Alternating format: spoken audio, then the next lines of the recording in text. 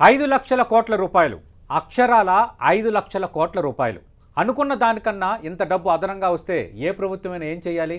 బాధల్లో ఉన్న జనానికి ఊరట కలిగించే నిర్ణయాలు తీసుకోవాలి. గతంలో వేసిన అదనపు భారాలను తొలగించాలి. అందుకే ఇప్పుడు కేంద్ర ప్రభుత్వంపై ఒత్తిడి పెరుగుతోంది. ఎప్పటి ముప్పటిగా ఆదాయం పెంచుకుంటున్న కేంద్ర ప్రభుత్వం ధరాఘాతంతో సతమతమవుతున్న సామాన్యుడికి ఊరట కలిగించాల్సిన సమయం రానే వచ్చింది. కరోనాతో నిన్న మొన్నటిదాకా కునారిల్లిన భారత ఆర్థిక వ్యవస్థలో 2021-22 ఆర్థిక సంవత్సరానికి గాను కేంద్ర ప్రభుత్వ బడ్జెట్ అంచనాలకు మించి ప్రత్యక్ష పరోక్ష పన్నుల రూపేణా వచ్చిన అదనపు వసూళ్లు ఏకంగా 5,00,000 కోట్లు. ఇదేమీ సామాన్యమైన విషయం కాదు. ఎందుకంటే 2022 మార్చితో ముగిసిన ఆర్థిక సంవత్సరానికి గాను ప్రత్యక్ష పరోక్ష పన్నుల రూపేణా మొత్తం 22 లక్షల కోట్ల రూపాయల ఆదాయం లభించగలదని కేంద్ర ప్రభుత్వం ఈ ఆర్థిక సంవత్సర బడ్జెట్లో అంచనా వేసింది. కానీ ఈ ఆర్థిక సంవత్సరం ముగిసేసరికి ఏకంగా 27 లక్షల కోట్ల పన్ను వసూళ్లు పెరిగాయి. అంటే అంచనాలకు మించి 5 లక్షల కోట్ల రూపాయల అదనపు పన్ను వసూళ్లు లభించాయి. ఇక 2020-2021 ఆర్థిక సంవత్సరంలో ప్రత్యక్ష పరోక్ష పన్నుల రూపేణా కేంద్రానికి 20 లక్షల కోట్ల రూపాయలు వచ్చాయి. దాంతో పోల్చితే కొద్ది రోజుల క్రితమే ముగిసిన 2021-22 ఆర్థిక సంవత్సరానికి వచ్చిన పన్ను వసూళ్లలో ఏకంగా 34% వృద్ధి కనిపిస్తోంది. కేంద్ర ప్రభుత్వ రెవెన్యూ శాఖ కార్యదర్శి తరుణ్ బజాజ్ స్వయంగా వెల్లడించిన లెక్కలివి. ఇక వ్యక్తులు చెల్లించే ఆదాయ పన్ను, కంపెనీలు చెల్లించే కార్పొరేట్ పన్ను, జీఎస్టీ రూపేణా వసూలయ్యే పన్నులు అన్నింటిలోనూ వృద్ధి కనిపించడం వల్లే 5 లక్షల కోట్ల అదనపు రాబడి వచ్చిందని తరుణ్ బజాజ్ చెప్పారు. మొత్తం 27 లక్షల కోట్లలో జీఎస్టీ వసూళ్లే ఏకంగా 14 లక్షల కోట్లు ఉన్నాయి. 2021-22 ఆర్థిక సంవత్సరం ద్వితీయార్థంలో ఆర్థిక వ్యవస్థ కోలుకోవడంతో పాటు పన్నుల నిర్వహణ వ్యవస్థను పకడ్బందీగా నిర్వహించి పన్ను ఎగవేత లేకుండా చూడటంలో కేంద్ర ప్రభుత్వం చాలా వరకు విజయవంతమైంది. అందుకే ఈ స్థాయిలో పన్ను వసూలు జరిగాయని చెప్పాలి. ఇది ఒక రకంగా కేంద్ర ప్రభుత్వ వ్యవస్థ మంచి పనితీరుకు నిదర్శనంగానే చూడాలి. అయితే ఇది నాణానికి ఒకవైపు మాత్రమే. ఇలా పన్ను వసూళ్లు ఇబ్బడిముబ్బడిగా పెరగడం మంచిదే అయినా ఇదే సందర్భంలో దేశంలో అన్ని రకాల నిత్యావసర వస్తువుల ధరలు పెరిగిపోవడంతో సగటు జనానికి బతుకు భారంగా మారింది. ఏం కొనేటట్టు లేదు, ఏం తినేటట్టు లేదన్నట్లుగా పరిస్థితి మారిపోయింది.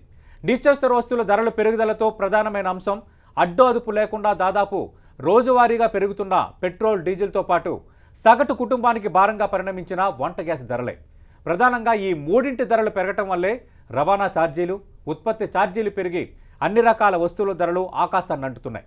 రవాణా రంగంపైన ఈ ధరల పెరుగుదల విస్తృత ప్రభావం చూపిస్తోంది. చివరికి ఆర్టీసీ బస్సుల్లోనూ డీజిల్ సెస్ విధించాల్సిన పరిస్థితులు దాపురించాయి. ఇక పెట్రోల్, డీజిల్, వంట గ్యాస్ ధరల పెరుగుదలకు అంతర్జాతీయ మార్కెట్లో క్రూడ్ ఆయిల్ ధరలు కొంతవరకు కారణమనుకున్నా ఇలా పెరిగిన ధరలపై కేంద్ర ప్రభుత్వానికి ఎక్సైజ్ సుంకం, సెస్సల రూపేణా ఇబ్బడిముబ్బడిగా అదనపు ఆదాయం వస్తోంది. ఇందులో రాష్ట్ర ప్రభుత్వాలకు కూడా ఎంతో కొంత కలిసి వస్తుందన్నది కూడా వాస్తవం. మొత్తంగా చూస్తే పన్ను వసూళ్ల విషయంలో కేంద్ర ప్రభుత్వానికి ఉన్నంత స్థాయిలో వెసులుబాటు రాష్ట్రాలకు లేదు. మరో రకంగా చెప్పాలంటే బహుశా దేశం మొత్తం మీద ఏ రాష్ట్ర ప్రభుత్వానికి కూడా 2021-22లో అంచనాలకు మించి పన్ను వసూళ్లు అధికంగా వచ్చిన దాఖలాలు లేవు. మొత్తం మీద చూస్తే ప్రత్యక్ష పరోక్ష పన్నుల రూపేణా అంచనాలకు మించి ఏడాది కాలంలో 5 లక్షల కోట్ల రూపాయల అదనపు పన్ను వసూళ్లు వెసులుబాటు పొందిన కేంద్ర ప్రభుత్వం అందులో ఎంతో కొంత మొత్తాన్ని సర్దుబాటు చేసి ఇప్పటికే భారీగా పెరిగినా, ఇంకా చెప్పాలంటే రోజువారీగా పెరుగుతున్న పెట్రోల్, డీజిల్ ధరల నుంచి సగటు జనానికి కాస్త వెసులుబాటు కల్పించలేదా? ఇదే ప్రశ్న ఇప్పుడు తలెత్తుతోంది. ప్రజా సంక్షేమం, ప్రజల బాధల గురించి ఆలోచించాల్సిన కేంద్ర ప్రభుత్వం తమకు లభించిన అదనపు పన్ను వసూళ్ల వెసులుబాటు నుంచి కొంతైనా సర్దుబాటు చేయటం ఎంతో కొంత మేలు చేసినట్టు అవుతుందని ఆర్థిక విశ్లేషకులు భావిస్తున్నారు. ప్రజల చేత, ప్రజల వలన, ప్రజల కోసం ఉన్న ప్రభుత్వం అదే ప్రజల కోసం ఆ మాత్రం చేయలేదని అడుగుతున్నారు. ఇక ధరల పోటుతో సతమతమవుతున్న జనం అంచనాలకు మించి ఆదాయం వస్తున్న సామాన్యుడికి ఊరట కల్పించలేమా? ఇదే అంశంకు సంబంధించి lunch hour debate. Welcome to lunch hour debate. This is Satish. 5 లక్షల కోట్ల రూపాయలు, అక్షరాల 5 లక్షల కోట్ల రూపాయలు. అనుకున్న దానికన్నా ఎంత డబ్బు అదనంగా వస్తే ఏ ప్రభుత్వమైనా ఏం చేయాలి? బాధల్లో ఉన్న జనానికి ఊరట కలిగించే నిర్ణయాలు తీసుకోవాలి. గతంలో వేసిన అదనపు భారాలను తొలగించాలి. అందుకే ఇప్పుడు కేంద్ర ప్రభుత్వంపై ఒత్తిడి పెరుగుతోంది. ఎప్పటిమప్పుడుగా ఆదాయం పెంచుకుంటున్న కేంద్ర ప్రభుత్వం ధరాఘాతంతో సతమవుతున్న సామాన్యుడికి ఊరట కలిగించాల్సిన సమయం రానే వచ్చింది. దీనికి సంబంధించి లంచ్ అవర్ డిబేట్లో మనం ఇన్ డీటెయిల్గా మాట్లాడబోతున్నాం. చర్చలో పాల్గొంటున్నారు ప్రముఖ ఆర్థిక రంగ నిపుణులు పాపారావు గారు 10 టీవీ స్టూడియోలో. ఢిల్లీ నుంచి లైవ్లో పాల్గొంటున్నారు టీఆర్ఎస్ నేత, టీఎస్ఎండీసీ చైర్మన్గా ఉన్న కృషాంక్ గారు. మరకాసేపట్లో బీజేపీ నేత, ఆ పార్టీ రాష్ట్ర కార్యదర్శి ప్రకాష్ రెడ్డి గారు డిబేట్లో జాయిన్ కాబోతున్నారు. రైట్ పాపారావు గారు, కేంద్ర ప్రభుత్వంకి సంబంధించి అంచనాలకు మించి పన్ను వసూలయ్యాయని తాజాగా కేంద్ర రెవెన్యూ శాఖ కార్యదర్శి తరుణ్ బజాజ్ డైరెక్ట్గా విడుదల చేసిన వివరాలు. 2021-22 ఆర్థిక సంవత్సరంలో పన్నులతో 5 లక్షల కోట్ల రూపాయల అదనపు ఆదాయం వచ్చింది. యాక్చువల్గా బడ్జెట్ పన్ను వసూళ్ల అంచనా 22 లక్షల కోట్లు, కానీ కేంద్ర ఖజానాకు వచ్చిన పన్ను వసూళ్ల ఆదాయం 27 లక్షల కోట్లు. అంటే ఒక రకంగా కేంద్రం వేసుకున్న బడ్జెట్ అంచనా కంటే మించి 5 లక్షల కోట్ల అదనపు ఆదాయం వచ్చింది. ఇప్పుడు జరుగుతున్న చర్చ ఏంటంటే, ఒకవైపు పెరిగిన పెట్రోల్ డీజిల్ ధరలు, ఒకవైపు పెరిగిన గ్యాస్ ధరలు, వీటి ఇంపాక్ట్ మిగతా రంగాలపై పడుతున్న నేపథ్యంలో సామాన్యుడు ఎట్లా సతమతం అవుతున్నాడో మనం లైవ్లోనే చూస్తూనే ఉన్నాం. వాళ్ళకి ఊరట కలిగించేలా ఈ 5 లక్షల కోట్లను సర్దుబాటు చేయలేరా, వీటిని ఉపయోగించి అనేది ఎన్టీవీ తీసుకున్న ఒక కీలకమైన అంశం డిబేట్గా.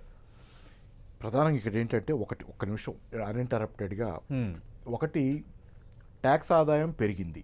పెరిగిన ట్యాక్స్ ఆదాయంలో డైరెక్ట్ ట్యాక్సెస్ ఆదాయం పెరిగింది, ఇండైరెక్ట్ ట్యాక్సెస్ ఆదాయం పెరిగింది. అంటే జిఎస్టీ ద్వారా వచ్చే ఆదాయం లాంటివి పెరిగినాయి. అలాగే direct taxes, corporate tax, personal tax ద్వారా వచ్చేది పెరిగింది. 34% గ్రోత్. డైరెక్ట్ ట్యాక్సెస్ అంటే ఎవరి మీద పడతాయి అంటే కాస్త డబ్బులు ఉన్న వాళ్ళ మీద పడతాయి. కార్పొరేట్ ట్యాక్స్ కానీ పర్సనల్ ఇన్కమ్ ట్యాక్స్ కానీ కాస్త కంఫర్టబుల్గా ఉన్న వర్గాల మీద పడుద్ది. అలాగే రెండో పక్కన ఏంటంటే ఇండైరెక్ట్ ట్యాక్సెస్ అనేది పడేది మెజారిటీ పేద సామాన్య జనం మీద, జిఎస్టీ లాంటి సామాన్య జనం మీద ఎక్కువ పడతాయి. మీకు ఓవరాల్గా ఈ దేశంలో జరిగిన పరిణామాల్లో డైరెక్ట్ ట్యాక్సెస్ కూడా పెరిగినాయి ఈసారి, కానీ ఇండైరెక్ట్ ట్యాక్సెస్ కూడా 1,44,000 కోట్లు అనుకుంటా మొన్న రికార్డు స్థాయిలో జిఎస్టీ వచ్చింది.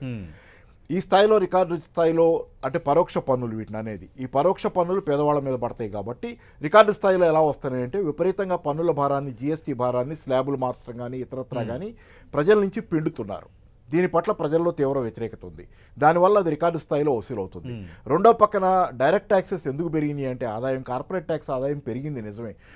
దాని అర్థం ఏంటంటే కార్పొరేట్ల మీద పెద్ద ఎత్తున పన్నులు వేస్తున్నారని కాదు. కార్పొరేట్ ట్యాక్స్ ఆదాయం ఎందుకు ఎందుకంటే కార్పొరేట్లు ఈ కోవిడ్ కాలంలో ప్లస్ ప్రభుత్వ విధానాల వల్ల చితికిపోయినటువంటి ఎంఎస్ఎంఈలు, చిన్న వ్యాపారస్తుల వ్యాపారం మొత్తం కార్పొరేట్లకు చేరింది. ఎంఎస్ఎంఈలు ప్లస్ చిన్న వ్యాపారస్తుల వ్యాపారం మొత్తం చితికిపోయారు కోవిడ్ కాలంలో ప్రభుత్వ విధానాల వల్ల కూడా. చితికిపోయిన వాళ్ళ వ్యాపారం మొత్తం మనం కొనుగోలు చేయాలంటే ఎక్కడో చోట కొనుగోలు చేయాలి కదా. ఫర్ ఎగ్జాంపుల్ నేను ఎప్పుడు చెప్పేదే, ఒక చిన్న కూలర్ కొనాలనుకోండి, ఎయిర్ కూలరు బ్రాండెడ్ ఉంటాయి, మన లోకల్ ఉంటాయి. అంతకుముందు లోకల్ తయారు చేసేవాడు ఇప్పుడు దెబ్బతిన్నాడు కోవిడ్ కాలంలో కానివ్వండి, మన జిఎస్టీ విధానాల వల్ల కానివ్వండి, డిమానిటైజేషన్ వల్ల కానివ్వండి. చిన్న వ్యాపారస్తులు ఎవరైతే unbranded items small and medium ఎంటర్ప్రైజెస్లోనో వ్యాపారం చేసుకునేవాడో వాడు దెబ్బతిన్నాడు. దెబ్బతిన్నప్పుడు నేను కొనాలంటే వాడి సరుకు నాకు మార్కెట్లో దొరకనప్పుడు నేను ఆటోమేటిక్గా బ్రాండెడ్కి వెళ్తా, అంటే కార్పొరేట్ కంపెనీ సరుకుకి వెళ్తా. దీనివల్ల కార్పొరేట్ లాభాలు, ఆదాయాలు పెరిగినాయి తప్పితే దానికి కార్పొరేట్ల మీద డైరెక్ట్గా ప్రభుత్వం వేసిన భారాలు కాదు. కార్పొరేట్ పన్ను తగ్గించడం ద్వారా ప్రభుత్వం వదులుకుంటున్న మొత్తం సుమారుగా నాకు తెలిసైతే ప్రతి సంవత్సరం కార్పొరేట్లకు కట్టబెడుతుంది ఈ రూపంలో పన్ను తగ్గించుకొని 5-6 లక్షల కోట్ల రూపాయలు అయితే మినిమం ఉంటుంది. ఈ రకంగా కార్పొరేట్లకు ఎదురు పెడుతుంది, తీసుకెళ్లి మన దగ్గర కొట్టేస్తుంది, జిఎస్టీ రూపంలో పరోక్ష పన్నుగా కొట్టేస్తుంది.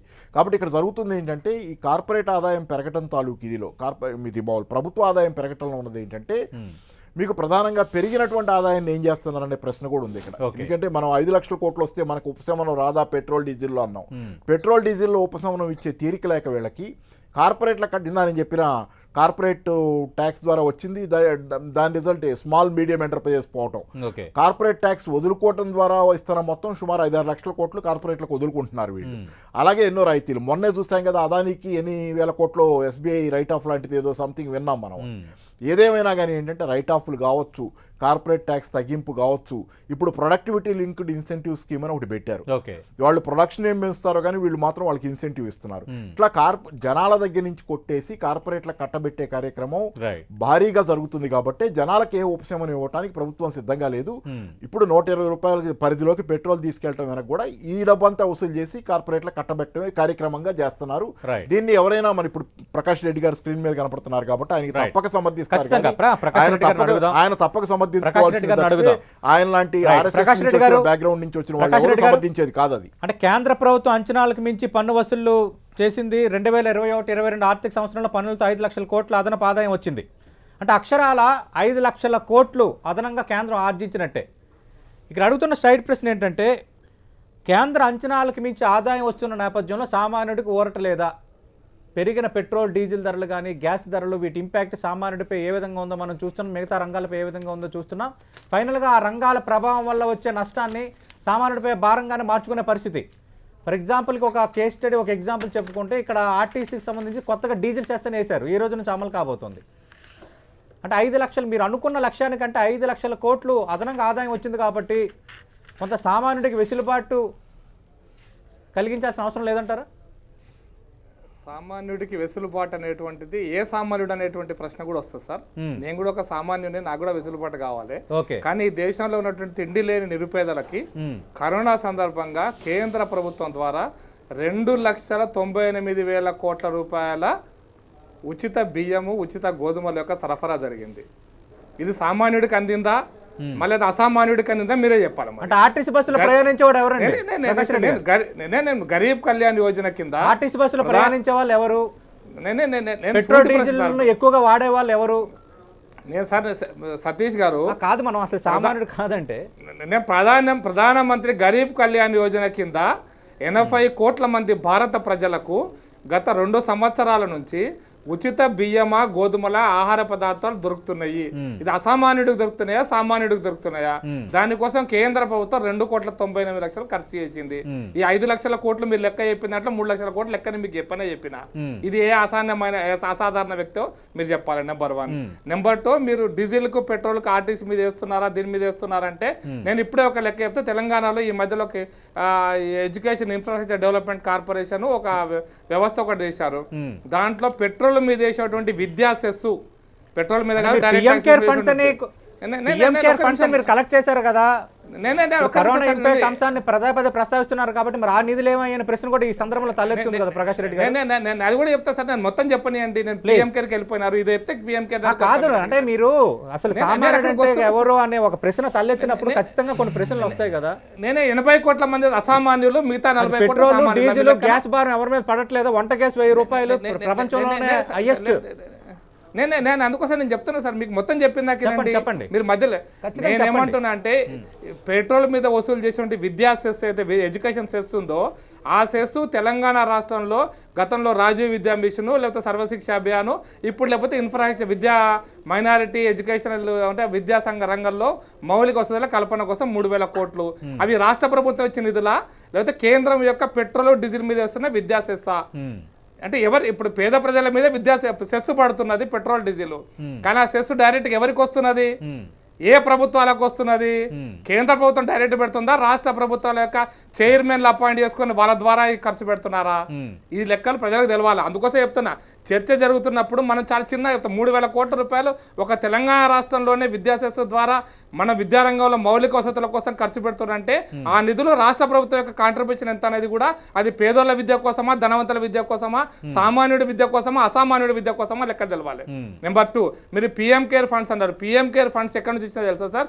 ఏ కార్పొరేట్ రంగం అయినా సరే వాళ్ళ యొక్క ఇన్కమ్ ట్యాక్స్ ఎగ్జామ్షన్ ఇస్తూ పిఎం కేర్ కు నిధులు వచ్చినాయి. అది మీరు 1,00,000 ఇవ్వచ్చు, నేను 1,00,000 ఇచ్చి ఉండొచ్చు, ఆదానిలో 1000 కోట్లు ఇచ్చి ఉండొచ్చు, అంబానీ 100 కోట్లు ఇచ్చి ఉండొచ్చు, ఇంకొక ఆయన మహేంద్ర కంపెనీ 100 కోట్లు ఇచ్చి ఉండొచ్చు. ఏది ఏమైనా అది వైద్య రంగంలో మౌలిక వసతుల కల్పన కోసం ఉస్మానియాకో, గాంధీకో, తెలంగాణ రాష్ట్రంలో మిగతా ప్రైవేట్ గవర్నమెంట్ హాస్పిటల్స్ లో ఆక్సిజన్ సిలిండర్స్ పెట్టడానికి తీసుకున్నారు కదా. ఆదాని అంబానీ పక్కన పెడదాం, నేను పేర్లు చెప్పాను సార్. మీరు ఆదాని అంబానీలో మన మనసులలో అవి రెండే తిరుగుతుంటాయి కాబట్టి పేర్లు కాబట్టి నేను ప్రస్తావించాల్సి వచ్చింది. నేను అందుకోసం చెప్తున్నా, ఈ పిఎం కేర్ ఫండ్స్ అన్ని కూడా వైద్య రంగంలో మౌలిక వసతుల అభివృద్ధి కోసమని, ఐసీయూ ప్లాంట్స్ కోసమో, లేకపోతే ఆక్సిజన్ సిలిండర్స్ కోసమో, ఆక్సిజన్ ప్లాంట్స్ కోసమో, లేకపోతే వెంటిలేటర్స్ కోసమో మౌలిక రంగంలో ఖర్చు పెట్టినటువంటి నిధులు. అందుకోసం నేను ఈ రోజు మళ్ళీ నేను గుర్తు చేస్తున్నా, ఈ రోజు మన తెలంగాణ రాష్ట్ర ముఖ్యమంత్రిగా నేను విమర్శిస్తూ గుర్తు చేస్తున్నా. ఈ మధ్య కాలంలో ఈ రోజు పొద్దున చూసిన ఒక వీడియో కూడా తెలంగాణ భారతదేశం యొక్క జీడిపి శ్రీలంక కంటే తక్కువ ఉంది. రేపు పొద్దున బంగ్లాదేశ్, నేపాల్ కూడా మన జీడిపిని మించిపోవచ్చు. ఈరోజు శ్రీలంక అవస్థ చూడండి సార్. ఆర్థిక వ్యవస్థను కనుక చిన్నాభిన్నం చేసి ఇటువంటి మాటలు మాట్లాడితే ఈ రోజున హిందుస్థాన్ టైమ్స్ కూడా పెద్ద స్టోరీ వచ్చింది. దుర్వినియోగం నిర్వహిస్తాం ఖచ్చితంగా. నేను అడుగుతుంది స్ట్రైట్ గా ఏంటంటే, మీ కేంద్ర రెవెన్యూ శాఖ కార్యదర్శి ఇచ్చిన వివరాలు 5 లక్షల కోట్ల అదనపు ఆదాయం వచ్చినప్పుడు పన్నుల రూపంలో ప్రధానంగా 3 అంశాలు: పెట్రోల్, డీజిల్, వంట గ్యాస్ తో సామాన్యుడు సతమతం అవుతున్నప్పుడు కొంత ఊరట కలిగాల్సిన అవసరం లేదా అనేది మొదటి ప్రశ్న. రెండోది, ఇక్కడ కేంద్రాన్ని పూర్తి స్థాయిలో తప్పుపట్టే ఉద్దేశం లేదు. ఖచ్చితంగా మంచి పనితీరును కనబరిచారు. ఒక రకంగా అనుకున్న అంచనాల కంటే ఎక్కువ ఆదాయం పొందటంలో సామాన్యులకు వెసులుబాటుకు ఉపయోగించవచ్చు కదా అనేది నేను 2 పాయింట్స్ చెప్తాను సార్. మీరు పెట్రోల్, డీజిల్, వంట గ్యాస్ విషయంలో మారుతున్నటువంటి పరిస్థితులు ఈ రోజున సరే యుద్ధం జరుగుతుంది, యుద్ధ పరిణామాలు, మీరు బేసిక్ రేట్ ఎక్కువనా తక్కువనా, దాంట్లో ట్యాక్స్ ఎక్కువ వస్తా అంటే నేను మీకు ముందే చెప్పాను, పెట్రోల్ మీద విద్యా సెస్ వేసినా, రోడ్డు సెస్ వేసినా, ఇంకొక సెస్ వేసినా అవి హైవేస్ కోసమో లేకపోతే విద్యారంగంలో అభివృద్ధి కోసం ఉపయోగపడుతున్నాయా లేదా అనేటువంటి చూసుకోండి. కానీ అదే ప్రజలకు అర్థమైపోయింది మాకు ఏం వసతులు వస్తున్నాయి, మేమేం పన్ను కడుతున్నాం అనేది రెండిట్లో ప్రజలకు అర్థమైనప్పుడు మేము కడుతున్న ప్రజలకు ఎందుకు పెరగలేదు అసలు ధరలు? మేము కడుతున్న పన్నుకి మాకు అందుతున్న సేవలు కరెక్ట్ గా వస్తున్నాయా లేవా చూసుకున్నప్పుడు, దాన్ని బేరోజు వేసుకున్నప్పుడు ప్రజలు సంతోషంగా ఉన్నారా లేరా నేను అక్కడికి వస్తా. అది కూడా చెప్తా సార్, అది కూడా చెప్తా. మీరు మధ్యలో సప్లిమెంటరీ క్వశ్చన్స్ కంటే ముందు మొదలైపోయినా చెప్తా. నేను మీకు సామాన్య ప్రజలు బాధపడేది నిత్యావసర వస్తువుల విషయంలోనే ఎక్కువ బాధపడతారు. అది పొద్దున్న లేస్తే చాయ్ పత్తా దగ్గర నుంచి చక్కెర, పాల దగ్గర నుంచి పప్పు, ఉప్పు, నీరు, నూనె, గోధుమ పిండి, బియ్యము, లేకపోతే ఇటువంటి జీలకర్ర, ఆవాలు, మెంతులు ఏమైనా వస్తువులు తీసుకోండి. నేనేమంటాను ఎక్సెప్ట్ మంచి నూనె. ఎందుకంటే మనం ఈ రోజున ఉక్రెయిన్, రష్యా పంచాయతీ లేకపోతే అంతర్జాతీయంగా మార్కెట్ వచ్చినటువంటి వంట నూనెల పంచాయతీ వదిలి పెడితే ఏ వస్తువుల ధరలు ఈ 7 ఏళ్లలో పెరిగినాయో చెప్పండి. ఒక ప్రశ్న, మీరు తిండి గింజల గురించి తింటం గురించి మాట్లాడుతున్నారు. తింటం అంటే మనిషి జంతు స్థాయిలో మిగిల్చారు మీరు. నేను అడిగేది ఒకటే, హ్యూమన్ డెవలప్మెంట్ ఇండెక్స్ అనేది ఒకటి ఉందని మీకు తెలుసు కదా బీజేపీ వాళ్ళందరికీ. హ్యూమన్ డెవలప్మెంట్ ఇండెక్స్లో ఏముంటాయో తెలుసు కదా. ఇప్పుడు మినిమం పావర్టీ లెవెల్కి కూడా $3.2 ఉండాలి. ఇంత ముందులాగా $1 $2 లెక్క చెప్పట్లా, $3.2 మినిమం అవసరం ఈ దేశాల్లో అని చెబుతున్నారు మీరు. కానీ తిండి గింజలు ఇచ్చామని చెప్పి, తిండి పెట్టామని చెప్పి ఇంకా చెప్పే స్థితిలో దేశం ఉందా? తిండి గింజల్లో స్వయం సమృద్ధి సాధించింది, దానిలో ప్రజా పంపిణీ వ్యవస్థను నాశనం చేసి జనానికి తిండి అందకుండా చేసి ఇప్పుడు మేము తిండి ఇచ్చామని మీరు కొత్తగా గొప్పగా చెప్పుకుంటున్నారు. తిండేనా ఈ జనానికి? ఇంకా అక్కడ ఆపేస్తారా మీరు? సంక్షేమ పథకాలు ఇస్తున్న తెలంగాణ లాంటి రాష్ట్రాల పట్ల మీ వ్యతిరేకత చాలా ఉంది. వాళ్ళు సంక్షేమం ఇస్తున్నారని మీరు చాలాసార్లు మాట్లాడుతున్నారు. ఆంధ్ర, తెలంగాణ గురించి, సంక్షేమం గురించి మాట్లాడుతున్నారు మీరు. సంక్షేమం తిండి గింజేనా? నేను చెప్తా సార్, నేను ఒక మాట చెప్తా సార్. పాపారావు గారికి గుర్తు ఉండి ఉండాలి, ఈ దేశంలో ప్రజా పంపిణీ వ్యవస్థ బాగా అభివృద్ధి చెందుతున్న కాంగ్రెస్ ప్రభుత్వ కాలంలోనే లక్డావాలా కమిటీ అని ఒక కమిటీ వేశారు సార్. అంటే ఎవరు బీపీఎల్ కింద, బిలో పావర్టీ లైన్ కింద, అంటే పేదవాళ్ళు ఎవరు, దాని పైన ఉన్నటువంటి వాళ్ళు ఎవరంటే దారిద్ర్య దిగువన ఉన్న వాళ్ళు ఎవరు, ఆ పైన ఉన్న వాళ్ళని కేటగిరీ వేసినప్పుడు ఒక మనిషికి అవసరమైన 2500 క్యాలరీస్ ఆఫ్ ఎనర్జీ అంటే అంత కొనలేని వాళ్ళు దారిద్ర్యక దిగువన ఉన్నట్టు సార్. ఆ దారిద్ర్యక దిగువన ఉన్న వాళ్ళు ఈరోజు భారతదేశంలో 80 కోట్ల మంది అని చెప్పి మన ప్రజా పంపిణీ వ్యవస్థ ద్వారా మనం బియ్యం సప్లై చేస్తున్నాం సార్. మరి ఏ పారామీటర్స్ మీరు తీసుకుంటారో మీరు ఇప్పుడు చెప్పండి సార్. ఇది డిబేటబుల్ పాయింట్, డిబేట్ కూడా జరగాల. లక్డవాలా కమిటీ ఆధారంగా ప్రజా పంపిణీ వ్యవస్థ కనుక ఈ దేశంలో జరుగుతుంటే, ఈ దేశంలో గరీబ్ కళ్యాణ్ యోజన కింద 70 కోట్ల మందికి ఉచిత బియ్యం, ఉచిత గోధుమలు ఇవ్వాల్సిన పరిస్థితి వచ్చింది అంటే వాళ్ళ లెక్క ప్రకారం ఇంకా పేదరికంలో 80 కోట్ల మంది మగ్గుతున్నారా అనేటువంటి 70 కోట్ల మందికి అవసరం. మరి ఆ 70 కోట్ల మంది మీద పెట్రోల్, డీజిల్, గ్యాస్ భారం ఉండదా? నేను అందుకోసం లేదనే కదా, రవాణా రంగంపై ఇంపాక్ట్ పడుతుంది కదా.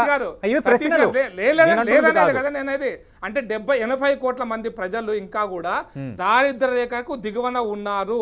అంటే రోజు 2500 క్యాలరీస్ ఆఫ్ ఎనర్జీ ఒక మనిషికి కావాల్సినటువంటి అవసరమైనటువంటి క్యాలరీస్ ఆఫ్ ఎనర్జీని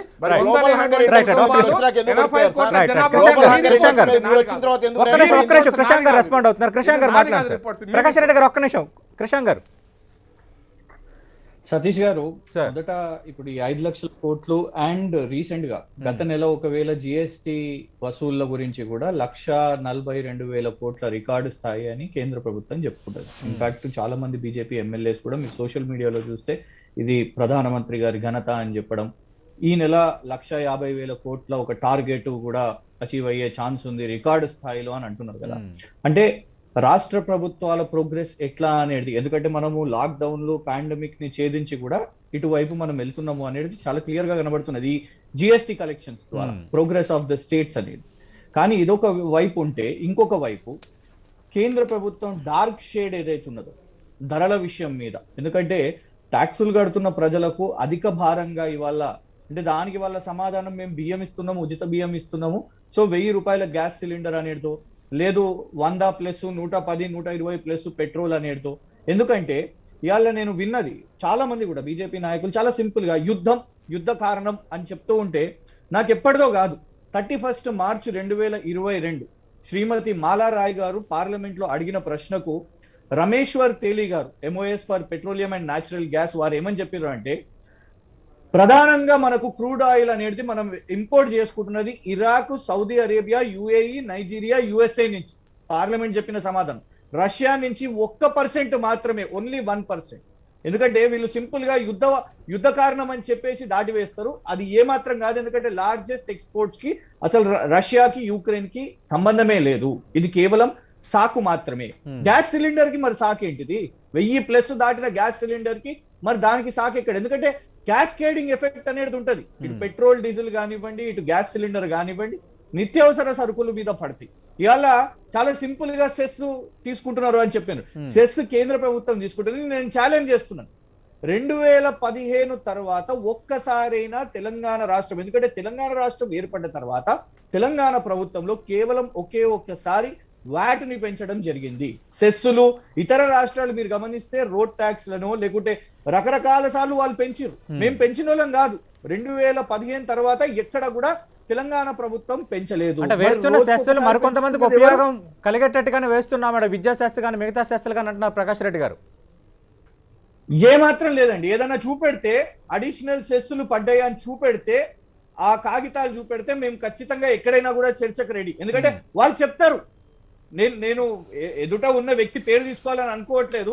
బీజేపీ వాళ్ళ రెగ్యులర్ టెండెన్సీ ఇప్పుడు యుద్ధం అనేది చెప్పారు కదా, నా చేతిలో పార్లమెంట్ ఆన్సర్ ఉంది. మేము చెప్పిన సమాధానం కాదు. యుద్ధ కారణంతోనే పెట్రోల్ ధరలు పెరుగుతున్నాయి అని సింపుల్ గా చెప్పేస్తారు, ప్రజల్లోకి అట్లా వదిలేస్తారు. But no, that is sheer propaganda. అది ప్రొపగాండా మాత్రమే. రష్యా నుంచి కేవలం ఓన్లీ 1%. ఇతర దేశాల నుంచి మనం తీసుకుంటున్నాం లార్జెస్ట్ ఎక్స్పోర్ట్స్ అనేది. గ్యాస్ సిలిండర్ విషయం మీద కానివ్వండి, ఇవాళ రాష్ట్రాలది కూడా ట్యాక్సులు అని చెప్తున్నారు, సెస్ అని చెప్తున్నారు. మరి 2015 వీళ్ళు ఎన్నికల తర్వాత దాదాపు రికార్డు స్థాయిలో 80 పైసలు, 90 పైసలు, రూపాయి 12 రోజుల్లో 11 సార్లు పెంచడమే జరిగింది. అదే కాదు, ఈ దీన్ని అడ్రస్ చేయలేదనుకోలేదు. అండ్ ఇంకొకటి, బియ్యపు గింజల విషయం మీద కూడా ఒకటి చెప్పాలనుకుంటున్నాం. కోవిడ్ సమయంలో మేము డీల్ చేసినాము అని చెప్తారు. ఎందుకంటే వీళ్ళు కూర్చొని తెలంగాణ రాష్ట్రం అప్పులు, తెలంగాణ రాష్ట్రం గురించి మాట్లాడుతున్నారు కేంద్ర డిబేట్ లో కూడా. సంతోషమే, ఒక రాష్ట్రం మీరు పిక్ అండ్ చూస్ మాట్లాడండి డివియేట్ అవ్వడానికి. కానీ సైమల్టేనియస్ గా నిజాలు కూడా చెప్పండి. కోవిడ్ సమయంలో $1000 బిలియన్స్ అప్పు తీసుకున్నది ఇదే కేంద్ర ప్రభుత్వం. కోవిడ్ ని డీల్ చేయడానికి అప్పు తెచ్చుకున్నది, ఇంక్లూడింగ్ చైనాకు చెందిన ఏషియన్ డెవలప్మెంట్ బ్యాంక్ నుంచి కూడా మీరు తీసుకున్నారు. మీరు చెప్పుకుంటున్న బియ్యపు గింజలు కూడా పంపిణీ కోసం food corporation of India, NSSF, national small savings fund లో ఏదైతే సామాన్యులు పొదుపులు, పోస్టల్ బ్యాంక్స్ సేవింగ్స్ పెట్టుకుంటారో అందులోకి వెళ్ళి ఎంత అప్పు తీసుకున్నారో. ఎందుకంటే వాజ్పేయి గారు అన్నారు, దేశం అతి దరిద్రమైన పరిస్థితిలో ఉన్నప్పుడు మీరు NSSF లో చేయబెట్టండి అని. కానీ వాస్తవానికి సతీష్ గారు, నరేంద్ర మోదీ గారి ప్రభుత్వం 2016 నుంచి NSSF లో చేయి పెడుతూనే ఉన్నది, అప్పులు తీసుకుంటూనే ఉన్నది. That is the reality. ఇది పార్లమెంట్ లో చెప్పిన సమాధానాలు ఇవన్నీ. సరే, ఏం లేదు. ఇప్పుడు ఇందాక ప్రకాష్ రెడ్డి గారు మాట్లాడతా 2,90,000 కోట్లు మేము బియ్యం ఇస్తున్నాం, ధాన్యం ఇస్తున్నాం, లేకపోతే వీటి పెరిగిన ఆదాయం 5 లక్షల కోట్లు అంటున్నారు కదా, 3 లక్షల కోట్లకి నేను లెక్క చెప్పానన్న ప్రకాష్ రెడ్డి గారు చెప్పారు.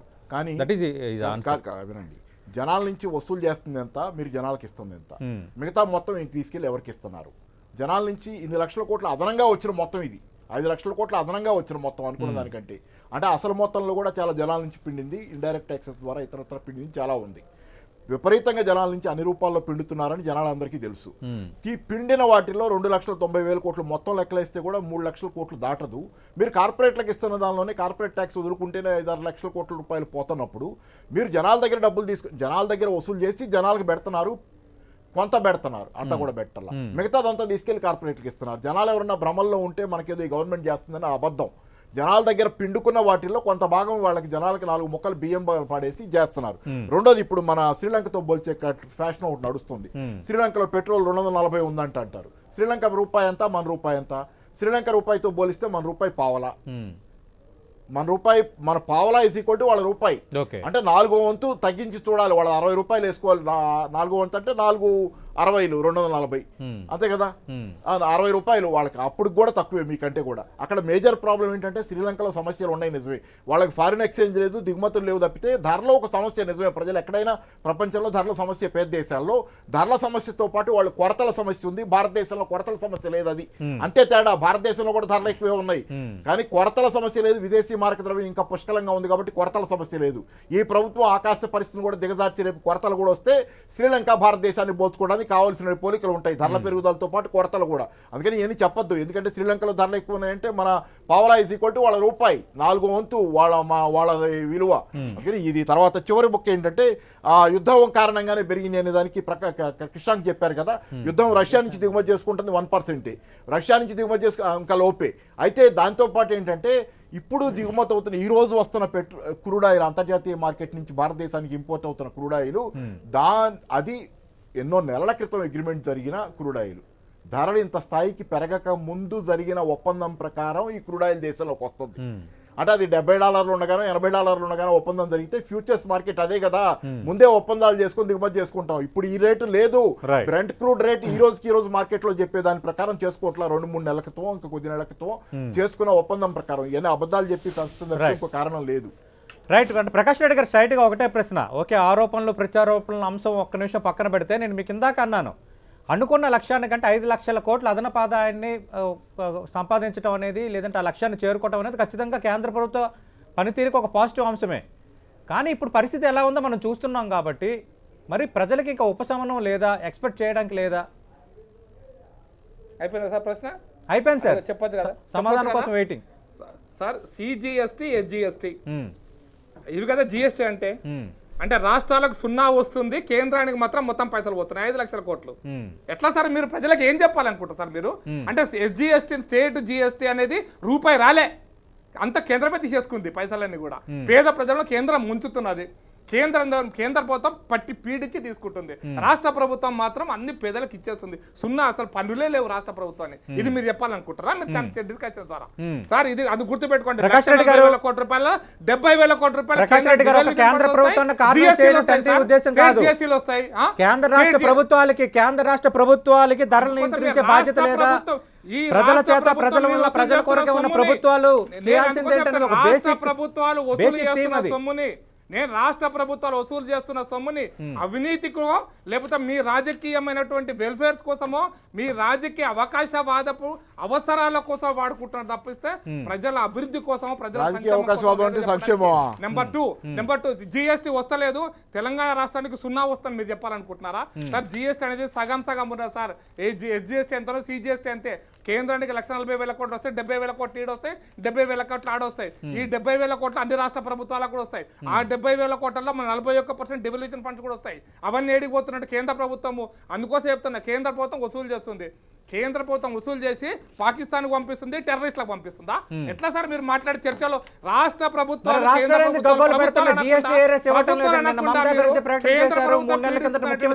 మాట్లాడుతున్నారు? ఇదేం భాష సార్? నాకు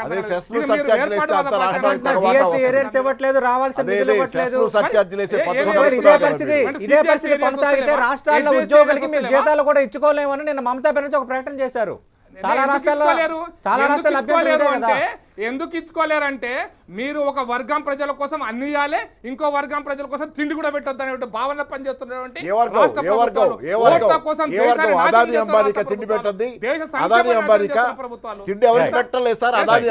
మీరు కేంద్రమే గుంజుకుందా? ఎస్జిఎస్టీలో 140,000 కోట్లు వస్తున్న జిఎస్టీలో ఇండైరెక్ట్ ట్యాక్స్ లో ప్రజల నుంచి వసూలు చేస్తున్న సొమ్ములో రాష్ట్ర ప్రభుత్వాలు 0 ఏమవుతలేదా? ఎట్లా సార్ మీరు మాట్లాడితే కేంద్రం తప్పు చేస్తుంది, రాష్ట్రాలు కేంద్రం ఏదో తప్పు చేస్తున్నట్టుగా చూపిస్తున్నారు. రాష్ట్రాల వెల్ఫేర్ స్కీమ్స్ పేరుతో విచ్చలవిడిగా ఆర్థిక వ్యవస్థను భ్రష్టు పట్టిస్తున్నప్పుడు దాన్ని ఎందుకు ఎవరు ప్రశ్నిస్తున్నారు? ప్రకాష్ రెడ్డి గారు, పన్నుల ద్వారా వస్తున్న ఆదాయం మొత్తం కేంద్రం చూసుకుంటుందా, రాష్ట్రాలకు మళ్ళీ తిరిగి ఇవ్వటం లేదన్నది ప్రకాష్ రెడ్డి గారు. స్టేట్ జిఎస్టీ రాష్ట్రాలకి వస్తుంది, డైరెక్ట్ గా వస్తుంది. ప్రకాష్ రెడ్డి గారు అడిగాను. కృష్ణాంగ్ గారు, సతీష్ గారు నేను సమాధానం చెప్పవచ్చా? సతీష్ గారు చెప్పండి సార్, మాట్లాడండి. సతీష్ గారు, ఒకటి కేంద్ర ప్రభుత్వ ఆర్థిక శాఖ నిర్మలా సీతారామన్ గారి రెగ్యులర్ గా స్టేట్మెంట్స్ ఇచ్చినప్పుడు దయచేసి నేను ఏమంటున్నా అంటే 10 TV వాళ్ళే స్టడీ చేస్తే సింపుల్ గా దొరికిపోతుంది. ప్రతి నెల ఏదైతే జిఎస్టీ కంపెన్సేషన్ ఉంటుందో, జిఎస్టీ చట్టంలోనే జిఎస్టీ కంపెన్సేషన్ ఉంది కదా, ఆ జిఎస్టీ కంపెన్సేషన్ మళ్ళీ రాష్ట్రాలకు ఇవ్వడానికి జిఎస్టీ మొదలైనప్పటి నుంచి ఇప్పటి వరకు కూడా సక్రమంగా కాలేదు, డిలే జరుగుతూనే ఉన్నది. 2 to 3 months ఏదైతే రాష్ట్రాలకు రావాలనో ఇది కరెక్ట్ కాదా? ఎన్నిసార్లు స్టేట్మెంట్స్ రాలేదు? అండ్ అంతేకాదు ఇందుకే అది డిలే జరిగినప్పుడు కూడా దానికి మళ్ళీ కోవిడ్ అని సమాధానం చెప్తారు. నో, ఎప్పటి నుంచి అయితే జిఎస్టీ మొదలైందో జిఎస్టీ కలెక్షన్స్ లో మాత్రం ఎక్కడ మీకు తగ్గుదల కనబడతలేదు. జిఎస్టీ కలెక్షన్స్ లో ప్రోగ్రెస్ ఉంటది, కానీ రిటర్న్ స్టేట్స్ కి ఏదైతే జిఎస్టీ కంపెన్సేషన్ 2-3 నెలల డిలే ఉన్న, ఒక్క నిమిషం వారు మాట్లాడినప్పుడు నేను మాట్లాడలేదు, ఆ ఉందాతనం వారు కాపాడుకోవాలి. జిఎస్టీ కంపెన్సేషన్స్ లో ప్రతిసారి డిలే ఉన్నది. మరి దానికి కారణం కేంద్ర ప్రభుత్వం కాదా? ఎందుకంటే రాష్ట్రాలు ప్రణాళికబద్ధంగా వాళ్ళు ఇంత అమౌంట్ ఇక్కడ స్పెండ్ చేయాలి, ఈ సమయం ఈ జిఎస్టీ వచ్చినప్పుడు స్పెండ్ చేయాలని ఉంటది.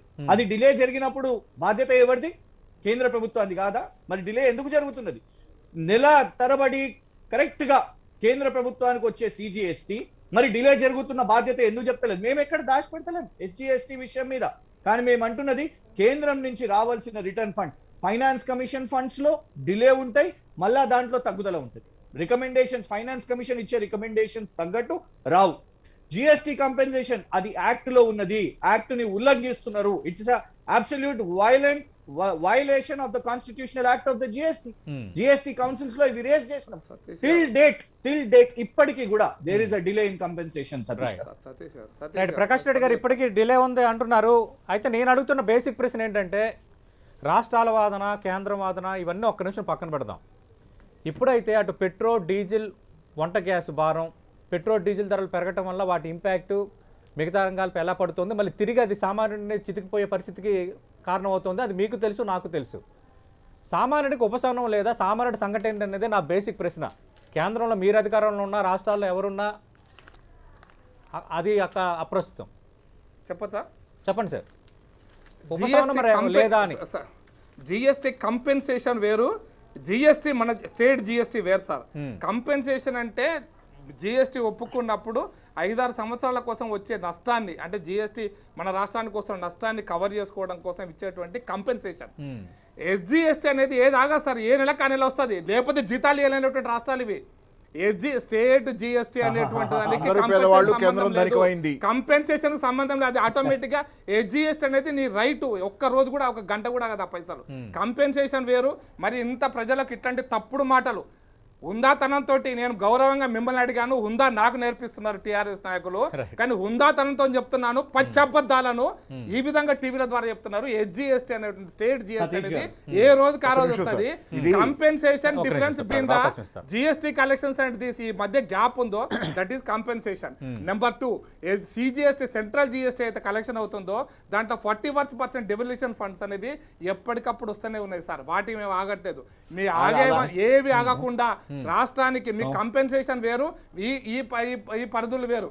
తెలంగాణ రాష్ట్రంలో గత 5 సంవత్సరాలుగా మీకు ఇచ్చిన డబ్బులకు యూటిలైజేషన్ సర్టిఫికేట్స్ ఇవ్వకపోతే ఇంట్రెస్ట్ డిమాండ్ చేసినప్పుడు ఇదే రూపాయి ఇది, ఇదే రూపాయి ఇది అని చెప్పి తప్పుడు లెక్కలు చూపిస్తున్నటువంటి తెలంగాణ రాష్ట్ర ప్రభుత్వం ఈ దిగజారిపోయిన ఆర్థిక వ్యవస్థలో కంపెన్సేషన్ గురించి మాట్లాడే అవకాశం లేదు.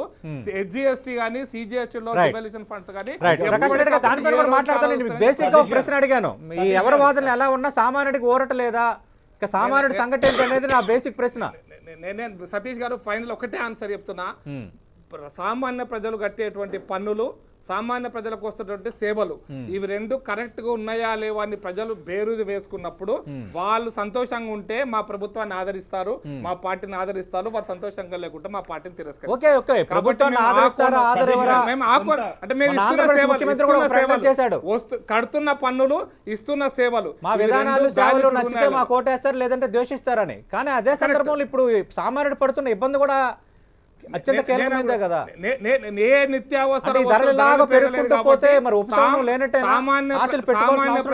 మళ్ళీ కూడా చెప్తా, మళ్ళీ ఫైనల్ ఒక మాట చెప్తా. మీరు రష్యా గురించి మాట్లాడారు కాబట్టి చెప్తాను. నేను పెట్రోల్ డీజిల్ గురించి, రష్యా గురించి మాట్లాడలేదు, అది కూడా తప్పు చెప్పినారు. మళ్ళీ నేను వంట నూనెలు మనం ఉక్రెయిన్ నుంచి దిగుమతి చేసుకున్నాము, వంట నూనె రష్యా నుంచి దిగుమతి చేసుకున్నాము.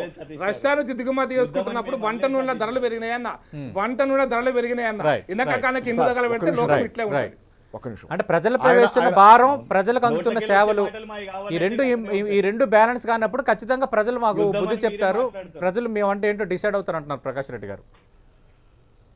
ప్రజలు మొన్న డిసైడ్ అవ్వబట్టే బీఎస్పీ ఎంఐఎం హెల్ప్ గెలిచింది సార్. అక్కడ యూపీలో గెలిచింది వీళ్ళు ఓట్లు చీల్చి కదా. బీఎస్పీ సహకారంతో ఎంఐఎం సహకారంతో గెలిచి ప్రజలు మమ్మల్ని ఏం అనలేదంటే ఎట్లా? వాళ్ళు చీల్చుకున్న ఓట్లు పోతే మీకు ఎన్ని వచ్చినాయి? మీరు ఎన్ని స్థలాలు ఎంత బలంతో గెలిచారు అందరికీ తెలుసు, దేశమంతా చూస్తారు, లెక్కలు అందరూ చూస్తున్నారు. ఆగండి ఒక నిమిషం, తర్వాత నేను చెప్పేది ఒకటి. అందుకని ఏంటంటే ఈ కుళ్ళు రాజకీయం చేసి గెలిచామంటే అవ్వదు. రెండోది జిఎస్టీ మీద ఏదో జిఎస్టీ 41% ఇస్తున్నాం, మేము ఇస్తున్నాం, ఇవ్వకపోతే ఇలా దిక్కేది. మనకు ప్రశాంత్ గారు చెప్పింది ఏంటంటే లేట్గా ఇస్తున్నారు, లేట్గా ఇస్తున్నాం, అదొక సమస్య. రెండోది అసలు జిఎస్టీ పరిధిలోకి వస్తే కదా మీరు ఇచ్చేది మాకు. సెస్లు సర్ఛార్జీలు వేసి వసూలు చేసుకునే వాళ్ళు మీరు మాకెట్లు ఇస్తారు? జిఎస్టీ పరిధిలో మీరు వసూలు చేస్తే జిఎస్టీ నుంచి 41% రాష్ట్రాలకు వాటా వస్తుంది. మీరు ఆగండి సార్, పెట్రోల్ డీజిల్ మీద మీరు ఆగండి సార్, ఈ వాదనలు కాదు. మీరు కాంగ్రెస్ గవర్నమెంట్ ఉండగా మన్మోహన్ సింగ్ అదేం గొప్పగా ఉందని చెప్పటంలా, కానీ మన్మోహన్ సింగ్ ఉండగా ₹6 చిల్లరలో వాటా వచ్చేది రాష్ట్రాలకు 41%. అప్పుడు ఎంత ఉంటే అంత ₹6 చిల్లర పెట్రోల్ డీజిల్ మీద వసూలు చేసిన డబ్బుల్లో బేసిక్ ఎక్సైజ్ డ్యూటీ అంటారు, అది ₹5 పైన ఉండేది. దానిలో వాటా వచ్చేది రాష్ట్రాలకి.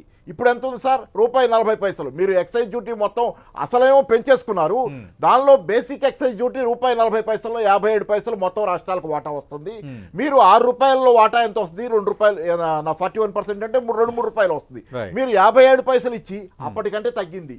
అప్పటికంటే మీరు రాష్ట్రాలకు ఇస్తున్న వాటా ఎందుకు తగ్గింది?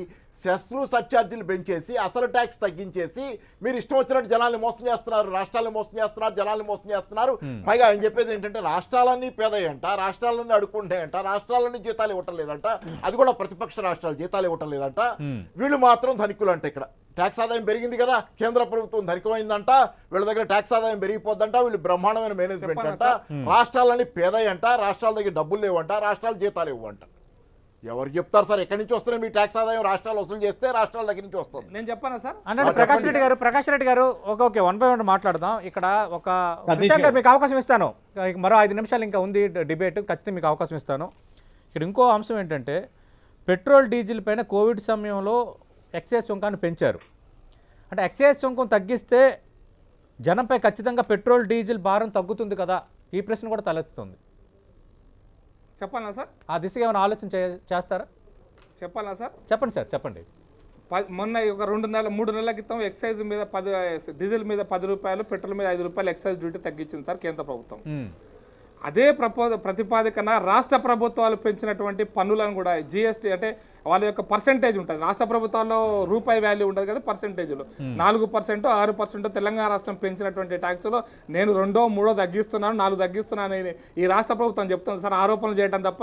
మీరు రాష్ట్ర ప్రభుత్వాన్ని పన్ను ఇంకోటి మళ్ళీ కూడా చెప్తున్నా, భారతదేశంలో నేను ఎందుకు అడుగుతున్నానంటే కేంద్రం కేంద్ర రాష్ట్రాలు మీరు చేసుకున్న ఆరోపణలు ప్రత్యారోపణలు కాకపోయినా టెంటీ ఒక సామాన్యుడు యాంగిల్లోనే సంధిస్తున్న ప్రశ్నలు ఇవి. పెట్రోల్ ధర పెరగడానికి కేంద్రమే బాధ్యత ప్రధానంగా ఉన్నప్పుడు నేను అడుగుతున్నా, మన్మోహన్ సింగ్ ప్రధానంగా ఉన్నప్పుడు పెట్రోల్ పై ఎక్సైజ్ డ్యూటీ ₹9.48 ఉంది. ప్రస్తుతం అది ₹32.98 ఉంది. గత ఏడాది మీరు స్వల్పంగా తగ్గించారు, కాదనటం లేదు, అది ₹27 చేరుకుంది తగ్గించిన తర్వాత. ఎక్సైజ్ డ్యూటీ కేంద్రం వసూలు చేస్తున్న మొత్తంలో డివిజిబుల్ పూల్ కింద కేంద్రం రాష్ట్రాలతో పంచుకునేది బేసిక్ ఎక్సైజ్ డ్యూటీ, అది కేవలం ₹40 మాత్రమే. కాదు సార్, కాదు సార్, కాదు సార్, కాదు సార్, కాదు సార్, కాదు సార్, అది వాస్తవం కాదు, ఇది కాదు సార్. నేను చెప్తాను, నేను క్లారిటీ చెప్తాను. కేంద్ర ప్రభుత్వం పెంచినటువంటి సెస్సులు ఎడ్యుకేషన్ సెస్ మన్మోహన్ సింగ్ కాలంలో వేసిందే సార్. నేను అందుకోసం చెప్తాను, కొన్ని సెస్సులు అప్పటి నుంచే కొనసాగుతున్నాయి. అప్పుడు ₹9.48, ఇప్పుడు ₹32.98. కాదనట్లేదు, తగ్గించిన తర్వాత ₹27.93. నేను ఒకటే ₹27.90 కేంద్ర ప్రభుత్వానికి పెట్రోల్ మీద వస్తున్న ఎక్సైజ్ డ్యూటీ సార్. ₹32 రాష్ట్ర ప్రభుత్వానికి వస్తున్నట్టు వ్యాట్ సార్. ఈ వ్యాట్ ఈ రాష్ట్ర ప్రభుత్వానికి వస్తున్న వ్యాట్ సార్, ఈ తెలంగాణ రాష్ట్ర ప్రభుత్వానికి వస్తున్న వ్యాట్ సార్. దాని గురించి మీరు ప్రశ్నించారు, తగ్గించుకోండి ₹5 అని మీరు అడగరు. ఎందుకు అడుగుతారు మీరు? ఎందుకంటే రాష్ట్ర ప్రభుత్వం ప్రేమ ఎక్కువ ఉంటే కేంద్ర ప్రభుత్వం దోసుకుంటుంది, అంబానీ ఆదానీల పేర్లే. కానీ రాష్ట్ర ప్రభుత్వానికి 32 రూపాయలు పెట్రోల్ మీద వస్తున్నప్పుడు మీరు చెప్పారు తెలంగాణ ప్రజలకు. నేను అడుగుతున్నా మీ ఛానల్ ద్వారా అడిగింది చెప్పారా? అదే, సామాన్య మీరు అడగండి సంగతి ముందు ఏంటి? TRS కేంద్ర రాష్ట్ర ప్రభుత్వాలు ఎందుకు తగ్గించుకున్నారు బాధ్యత 5 లేదా రూపాయలని? ఎందుకు తగ్గించుకున్నారు 5 పెట్రోల్ రూపాయలు? ధరలు తగ్గించాలనుకుంటున్న రాష్ట్రాలు ఎందుకు జీఎస్టీ రాష్ట్రాలు- పరిధిలోని పెట్రోల్ తేవాలన్న దానిపైన కన్సెంట్ ఇవ్వలేదన్న ప్రశ్న 10 నేను- సందర్భాలు అడిగింది 10 టీవీ. సరే 10 సందర్భాలు అడిగింది. సార్ జిఎస్టీ వద్దన్నటువంటి ఈ రాష్ట్ర ప్రభుత్వం సార్ జిఎస్టీ పరిధిలోకి వద్దన్నది నేను రాష్ట్ర అదే ప్రభుత్వం. అంటున్నా, నేను ఈ అదే ఎడ్యుకేషన్ అంటున్నా, రాష్ట్రాలను- ఈ ఫైనాన్స్ అదే, మినిస్టర్ అదే, ఎందుకు అదే, అంటున్నాడు? అడిగామంటున్నా. ఇది చెప్పండి తెలంగాణ ప్రజలకు, మీ భారతదేశం కృష్ణ గారు. తర్వాత మాట్లాడతాం. కృష్ణ ఈ గారు తెలంగాణ మాట్లాడండి. ప్రజలకు 5 రూపాయలు ఎందుకు తగ్గిస్తారు? సతీష్ గారు ఉమ్, సతీష్ గారు ఉమ్. సతీష్ గారు నాకు నిజంగా అంటే మీరు ప్రశ్నలు అడిగితే మాకు ఆవేశం ఏం వస్తలేదు, ఎందుకంటే సమాధానం చెప్పాలి, ఆవేశపడాల్సిన అవసరం ఏం లేదు. మేమేమంటున్నామంటే అనని మాటలు కూడా మేము అసలు అని మళ్ళీ మేము అనలేదు ఈ మాటలు. యుద్ధం అనేది మేము ఎత్తలేదు. యుద్ధం అనేది ఎందుకు చర్చలోకి వచ్చింది? ఎక్కడనో యుక్రెయిన్ లో యుద్ధం జరుగుతుంటే మన పెట్రోల్లో చర్చకి ఎందుకు రావాలి? యుక్రెయిన్ నుంచి అయితే మనం చేస్తలేం, రష్యా నుంచి 1% చేస్తున్నాం. ఇంకొక విషయం, డివల్యూషన్ కి కంపెన్సేషన్ కి సంబంధం లేదు అని కొత్త ఎకనామిక్స్, ద బీజేపీ ఎకనామిక్స్ అనేది వింటున్నాను నేను. ఎందుకు అంటే ఇంకొకటి ఏమంటారు, అసలు సిజిఎస్టీ ఎస్జిఎస్టీకి సంబంధమే లేదు, డైరెక్ట్ గా ఎస్జిఎస్టీకి వచ్చేస్తూనే ఉంటాయి. నేను ఎకనామిక్ టైమ్స్ ని కోట్ చేస్తున్నాను, దయచేసి తర్వాత ఇది రాంగ్ అయితే మీరు నన్ను క్వశ్చన్ కూడా చేయొచ్చు, ఎందుకంటే పబ్లిక్ చూస్తారు, మీరు కూడా పెడతారు. I can be trolled also if I'm wrong. Centre releases ₹95,000 crore to states as January tax devolution అనేది ఇది ఈ జనవరిలో. అంటే what I want to say is devolution అనేది కూడా సెంటరే రిలీజ్ చేస్తుంది. ఎప్పుడైతే ఈ సెంటర్ ది షార్ట్ ఫాల్ ఉంటుందో, అంటే డిలే ఉంటుందో, దాన్నే కంపెన్సేషన్ యాక్ట్ అంటారు సార్ సతీష్ గారు. ఎందుకంటే అది కూడా జరిగింది ఇందులోనే, ఇదే ఎకనామిక్ టైమ్స్ ఆర్టికల్లోనే ఉన్నది చాలా స్పష్టంగా. కేంద్ర ప్రభుత్వ నిర్మలా సీతారామన్ గారు చెప్పారు ఇక్కడ షార్ట్ ఫాల్ అనేది జరిగింది కాబట్టి the centre has already release the back to back loan amounting to ₹1.59 lakh crore to state governments in live of GST compensation short fall in physical year 2021-22. అంటే డెవల్యూషన్ కి సంబంధం లేదు, కంపెన్సేషన్ కి సంబంధం లేదు అని వీళ్ళు చెప్పారు కదా. ఇది కొత్త పకోడానామిక్స్. ఇది వీళ్ళు పకోడాలు అమ్ముకోండి ఉద్యోగం అని చెప్పే వాళ్ళు ఈ పకోడానామిక్స్ మాట్లాడుతూ ఉంటారు. It is absolutely wrong. సెంటరే డిసైడ్ చేస్తుంది డివల్యూషన్ విషయం మీద, అది క్లియర్ గా జిఎస్టీ అనేది కూడా వాళ్ళకి పడుతూ ఉంటది. ఒక్కటండి మేము మాట్లాడుతున్నది. యా పాపారావు గారు, ఏం లేదు. ఇప్పుడు కంపెన్సేషన్ అనేది ఏంటంటే జిఎస్టీ తెచ్చినప్పుడు ఆ 2017 ఎప్పుడు తెచ్చారు కదా, అంత ముందు సంవత్సరాన్ని బేసిక్గా తీసుకొని దానికంటే ప్రతి సంవత్సరం రాష్ట్రాల ఆదాయం 14% పెరుగుద్ది. రాష్ట్రాల ఆదాయం 14% జిఎస్టీ పెరగాలి. వాళ్ళ ఆదాయం, రాష్ట్రాలకు వచ్చే ఆదాయం ఉంటుంది కదా ట్యాక్స్ ఆదాయం, అది ప్రతి సంవత్సరం 14% పెరుగుతా పోద్ది అనేది లెక్కేసి అప్పుడు వచ్చిన ఆదాయాన్ని, ఎందుకంటే జిఎస్టీ తర్వాత కొత్తగా కేంద్రానికి వెళ్ళిపోయింది కదా, ఆ 14% పెరగకపోతే కేంద్రం ఇవ్వాల్సి పెరగని మొత్తం ఎంతవరకు అయితే రాష్ట్రానికి లాస్ వచ్చిందో అది ఇస్తుంది. అది కంపెన్సేషన్. రాష్ట్రానికి ఎంతవరకు రావాలో అంతవరకు అది తీసి ఇస్తుంది. అది దాని దగ్గరే పేచి యాక్ట్ ఆఫ్ గాడ్ అని వీళ్ళు మనం మొదలుపెట్టింది ఏంటంటే కంపెన్సేషన్ ఇవ్వకుండా దేవుడు నష్టం చేశాడు కాబట్టి మేము పరిహారం ఇవ్వాల్సిన అవసరం ఏంది, మీ నష్టం జరిగింది దేవుడు వల్ల అని చెప్పి అర్థమైంది ప్రజలకు. అర్థమైంది కదా, ప్రజలకు అర్థమైంది సార్. మీ పాపారావు గారు కరెక్ట్ గా చెప్పారు, క్లారిటీగా చెప్పారు, అర్థమైంది ప్రజలు. అదే యాక్ట్ ఆఫ్ గాడ్. అదే యాక్ట్ ఆఫ్ గాడ్ కూడా అర్థమైంది సార్. యాక్ట్ ఆఫ్ గాడ్ కూడా అర్థమైంది సార్ ప్రజలకు. సార్ పాపారావు గారు ఆ డివల్యూషన్స్ లో వీళ్ళు డిలే చేసిండ్రు. They have not compensated right కాబట్టి ఆ కంపెన్సేషన్ కాదు సార్, కాదు సార్, అంత హాస్యాస్పదంగా లేదు. జవాబు చెప్పండి.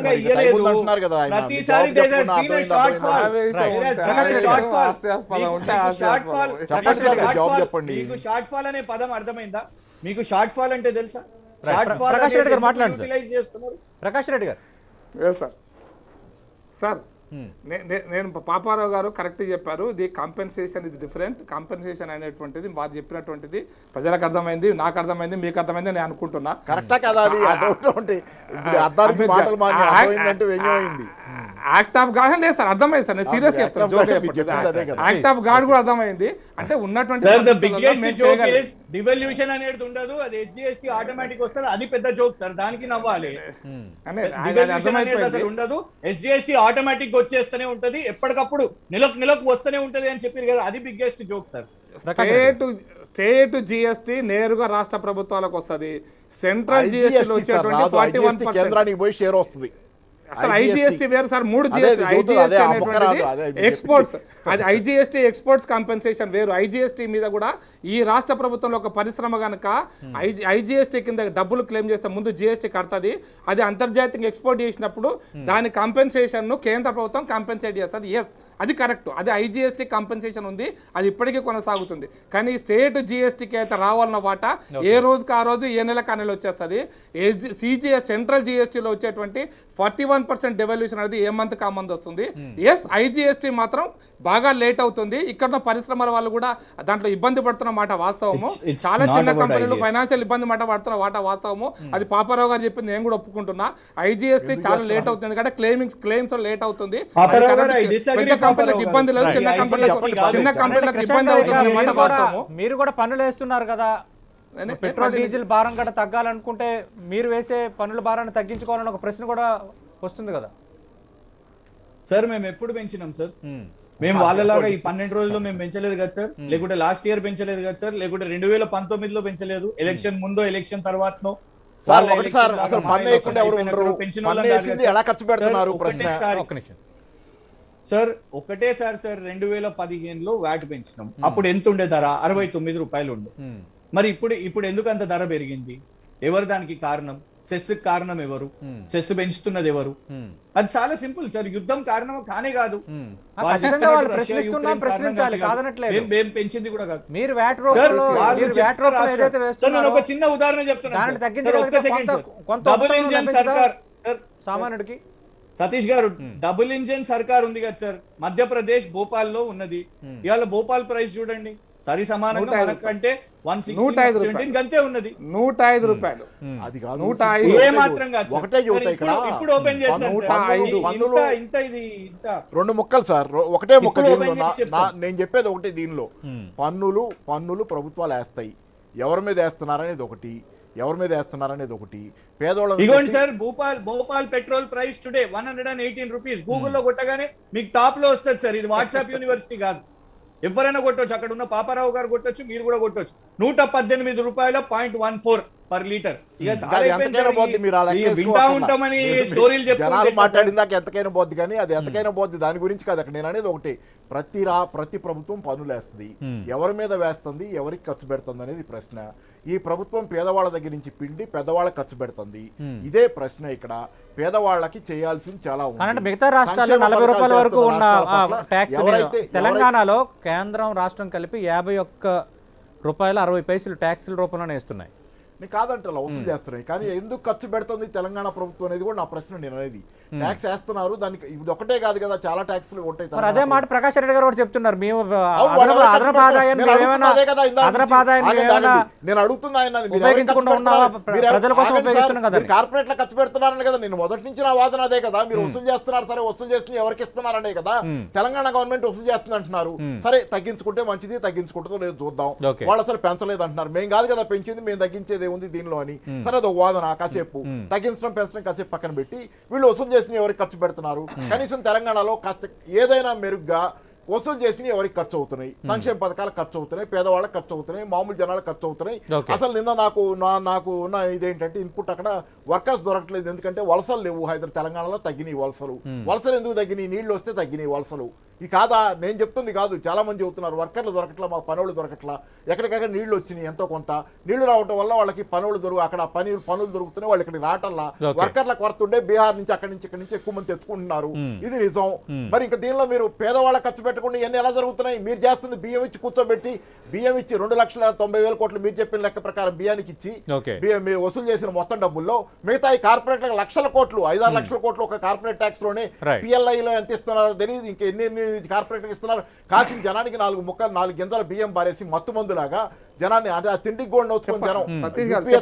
ప్రకాష్ రెడ్డి గారు, రాష్ట్రాలు పన్నుల రూపంలో వసూలు చేస్తుంది, ప్రజా సంక్షేమం కోసం ఖర్చు పెడుతున్నా, మీరు కార్పొరేట్ల కోసం ఖర్చు పెడుతున్నారు. ఇక్కడ అదే తేడా ఉంది అంటున్నారు పాపారావు. సార్ పాపారావు గారు చెప్పిన కొంత సమాధానం చెప్తారు సార్. తెలంగాణ రాష్ట్రంలో సేద్యం చేయగలిగే భూమి 1,20,00,000 ఎకరాలు అయితే 60 లక్షల ఎకరాల్లో పత్తి సాగు చేశారు సార్ ఈ సంవత్సరం తెలంగాణలో. తెలంగాణ పత్తికి, తెలంగాణ ప్రజలకు, రాష్ట్ర ప్రభుత్వానికి సంబంధం లేదు సార్. ఈసారి 9,000 రూపాయలు 10,000 రూపాయలు పత్తికి సీసీఐ కొనుక్కున్నారు sir. Cotton corporation of India సీసీఐలు ఎఫ్సీఐలు కొనుక్కోలేదు sir. Cotton corporation of India కొనుక్కొని రైతులకు గిట్టుబాటు ధర ఇచ్చింది సార్. 60 లక్షల ఎకరాలు అంటే వడ్లు పండించిన దానికంటే ఎక్కువ మంది ప్రజలు ఆ ధనంతో సంతోషంగా ఉన్నారు. అది కేంద్రం ఇచ్చినటువంటి కాటన్ కార్పొరేషన్ ఆఫ్ ఇండియా యొక్క నిధుల ద్వారా కొనుగోలు జరిగింది సార్. మరి ఒడ్లు మాత్రమే నీళ్లు పెరిగితేనే తెలంగాణలో ఒడ్లు పెరిగింది అంటే ఎట్లా సార్? ఎట్లా సార్? అంటే కాటన్ కార్పొరేషన్ ఆఫ్ ఇండియా ఏం చేయలేదు, పండుకుంది, నిద్రపోయింది, అసలు పత్తి రైతులను ముంచేసింది. ఇదా సార్ మీరు చెప్పాలనుకుంటుంది? ఇదా సార్ మీరు చెప్పాలనుకుంటుంది? ఏ నీళ్ళు ఇస్తే కాటన్ కార్పొరేషన్ ఆఫ్ ఇండియా పత్తి పండించింది సార్? ఏ నీళ్ళు ఇస్తే పత్తి పండించారు చెప్పండి సార్. ఎవరు నీళ్ళు ఇస్తే పత్తి పండించారు సార్? ఎవరు నీళ్ళు ఇస్తే పత్తి పండించారు? పండించారా? కుండపోచమ్మ కింద పండించారా? పత్తి వేసారో చెప్పండి సార్. ఏ చెరువు కింద పత్తి వేశారు? అడుగుతుంది. పత్తి వల్ల ప్రయోజనం లేదు. పత్తి వల్ల ప్రయోజనం లేదు. ఒడ్లు నీళ్ళు వస్తేనే తెలంగాణ ప్రజల ఒక్క నిమిషం ప్రకాష్ రెడ్డి గారు, ఇదే కావాలి సార్. కృష్ణ గారు మాట్లాడండి. బీజేపీ వాళ్ళకి అరుపులు ఇవే కావాలనుకుంటారు సార్. సార్ మాకు అరవాలని ఓపిక లేదు సార్ వాళ్ళకు. మేము ఒకటే చెప్తున్నాం, నీళ్లు లేనిది, విద్యుత్తు లేనిది పంట పెరగదు. నీళ్లు ఇచ్చిర్రా, దీనికి ఇచ్చిర్రా, పత్తికి ఇచ్చిర్రా, ఏ పంట పెరగాలన్నా సార్ నీళ్లు కావాలి సార్. నీళ్లు లేనిది పంట పెరగదు. దేవుడు ఇస్తాడు సార్. ఎవరు సార్ నేను అర్వాను సతీష్ గారు పచ్చబద్దాలను క్రూరంగా చెప్తాడు సార్. సంస్కారహీనంగా మాట్లాడుతాడు సార్. సంస్కారహీనంగా సతీష్ గారు నేను మిమ్మల్ని అడ్రస్ చేస్తున్నా. పత్తికి నీళ్ళు ఇయ్యారు సార్. వర్షం మా ఊర్లో పత్తికి వర్షం పడ్డారు సార్. ప్రకాష్ రెడ్డి గారు, ప్రకాష్ రెడ్డి గారు డైవర్ట్ చేస్తున్నాడు సార్. కృష్ణ గారు మాట్లాడారు. ఒకటి నేను రిక్వెస్ట్ చేస్తున్నాను, పెద్ద మనిషి తరగా ఉండాల్సిన అవసరం ఉన్నది. మేము మాట్లాడుతుంటే మధ్యలో అరవడము, అబద్ధాలు ఇవన్నీ మాట్లాడడం కరెక్ట్ కాదు. దయచేసి అనవసరం సార్. మేము ఏమంటున్నాము, పంట పెరిగింది అంటే నీళ్లు ఉన్నాయి కాబట్టి పెరిగింది. ఏ పంటకైనా కూడా నీళ్లు కావాల్సిందే. నీళ్ళు లేదే పంట వస్తుందా సార్? వారు ఎంత వ్యంగ్యంగా పత్తి ఇది అదని మాట్లాడుతుంటే ఎస్ నీళ్లు ఉన్నాయి. మేము అదే అంటున్నాం. వడ్ల గురించి మాట్లాడతారా? వడ్ల చర్చ ఇవాళ మేము లొల్లి చేస్తున్నాం ఇక్కడ. మీరైతే ఎవరు మాట్లాడతలేరే, బీజేపీ వాళ్ళు సపోర్ట్ చేస్తలేరే.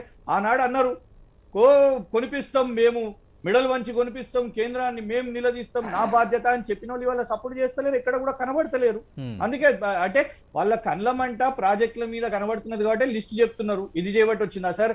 పవర్ హాలిడేలు అయితే అనౌన్స్ చేస్తలేం కదా మీ రాష్ట్రాలాగా. Coming to the point sir, అసలు డిబేట్ ఎక్కడ మొదలైంది? I want to end there only. Sir ఇవాళ గ్యాస్ సిలిండర్ ఒక బుదిబండగా ప్రజల మీద భారం పడ్డది సార్. ఇవాళ గ్యాస్ సిలిండర్ ధరలు ప్రజల మీద పడుతున్నాయి. అది ఆనాడు 2014 ఎన్నికలు వచ్చినప్పుడు ఇవాళ నేటి ప్రధానమంత్రి గారు దేశవ్యాప్తంగా ఏం ప్రచారం చేశారు సార్? అచ్చే దిన్. ఇవాళ అచ్చే దిన్ దివస్ చేసుకుంటున్నాం. April 1న అచ్చే దిన్ దివస్ ఎందుకు చేసుకుంటున్నాము? ఎందుకంటే ఎక్కడ అచ్చే దిన్? 1000 దాటినాక అచ్చే దినా? ఇవాళ కేంద్రం రాష్ట్రం ఇది కాదు కదా. మళ్ళా చలో 2015 మేము ఏ రోజైతే వ్యాట్ పెంచడమో ఆ ధర రావాలని కోరుకుంటున్నాం. మళ్ళా ఎందుకు ఇవాళ ప్రతిరోజు ఎందుకు ఉత్తరప్రదేశ్ ఎన్నికలు వరకు ఆగుతుంది? ఆ తర్వాత ప్రతిరోజు పవర్ హాలిడే ఇచ్చినట్టు కనీసం పెట్రోల్ హాలిడే అని ఇవ్వండి. పెట్రోల్ హాలిడే ఒక్క రోజన్నా ఉపశమనం కలిగించండి ప్రజలకు అని మేము కేంద్రాన్ని అడుగుతున్నాం సార్. ఇవి వద్దు డిబేట్స్. ఇది కేంద్ర రాష్ట్రం కాదు. అంటే ఒక కేంద్రాన్ని బోన్లో నిల్చోబెడతారా? రాష్ట్ర ప్రభుత్వాలకు బాధ్యత లేదన్నది ప్రకాష్ రెడ్డి గారి ప్రశ్న. కేంద్ర రాష్ట్ర ప్రభుత్వాలు కలిసి ప్రజలు వేస్తున్న పెట్రోల్ భారం తెలంగాణలో 51 రూపాయలు 60 పైసలు కలిగించాల్సిన బాధ్యత మీ పైన కూడా ఉండదా అని ఆయన ప్రశ్న పక్కన పెట్టండి. ఆయన మేము పెంచిన వాళ్ళమైతే కదా. అందుకే మరి గ్యాస్ సిలిండర్ కారణం ఎవరు సార్? సరే పెట్రోల్ రాష్ట్రం మీద వేసేద్దాం, సాకేసేద్దాం. మరి గ్యాస్ సిలిండర్ ఎవరు సార్ కారణం? మరి అది కూడా మీరు రాష్ట్రాన్ని అంటారా? ఇవి మాట్లాడాల్సిన అవసరం ఉన్నది కదా సార్. పెట్రోల్ డీజిల్ కూడా రాష్ట్రాలు కారణం కాదు. ఒకసారి కాంగ్రెస్ బాండ్స్ అని అంటారు, అప్పుడు బాండ్స్ ఉండే అది కట్టం. అది చూస్తే పార్లమెంట్ లో సమాధానం వచ్చింది అది కాదు అనేసి. లేదు యుద్ధం అని అంటారు, అది కాదు కారణం. ఇవాళ పోనీ డాలర్ రూపీ విషయం మీద చెప్పారు అప్పుడు రూపీ పెరుగుతుంది అని. ఇవాళ ఏంది పరిస్థితి? ఇవాళ డాలర్ పెరుగుతున్నది. ఈ డిబేట్ వద్దు మనకు ఎంతసేపు. ఇవాళ ఈ సమస్య సార్ తెలంగాణ అని ఇక్కడ మాట్లాడుతున్నారు. ఎస్కేప్ కావడానికి తెలంగాణని అటాక్ చేస్తున్నారు కావచ్చు సార్. కానీ గ్యాస్ సిలిండర్, పెట్రోల్, డీజిల్ దేశం మొత్తం భారమే. ఇవాళ ఏమంటారు సార్? తెలంగాణ 116 తీసుకుంటుందో 115. పోనీ చలో మీ రాష్ట్రంలో 105 తక్కువనా, 100 తక్కువనా? అది కాదా చర్చ? ఎక్కడ 70 మీరు ప్రచారం చేసుకున్నప్పుడు దేశవ్యాప్తంగా క్రూడ్ ఆయిల్ ధర కూడా తగ్గుతున్నది కదా. $100 ఉన్నది $95 వచ్చింది. వీరు ఎంతసేపు కంపారిజన్ సార్ శ్రీలంకతో కంపారిజన్ చేసుకునే పరిస్థితి వచ్చింది. లేదు మాట్లాడినప్పుడు తెలంగాణ గురించి మాట్లాడదాము అని అంటారు. మరి 100 ఎందుకు దాటింది అది చర్చించండి. అదే కాదు 2015 నుంచి ఎవరు పెంచారు, ఏ రాష్ట్రాలు పెంచారు, ఇది కూడా చర్చించండి. మీరు వసూలు చేసి కార్పొరేట్లకు ఇస్తానంటే డైవర్ట్ చేసి దాన్ని తీసుకెళ్లి కాటన్ కమిషన్ ఆఫ్ ఇండియా తెచ్చారు మధ్యలో.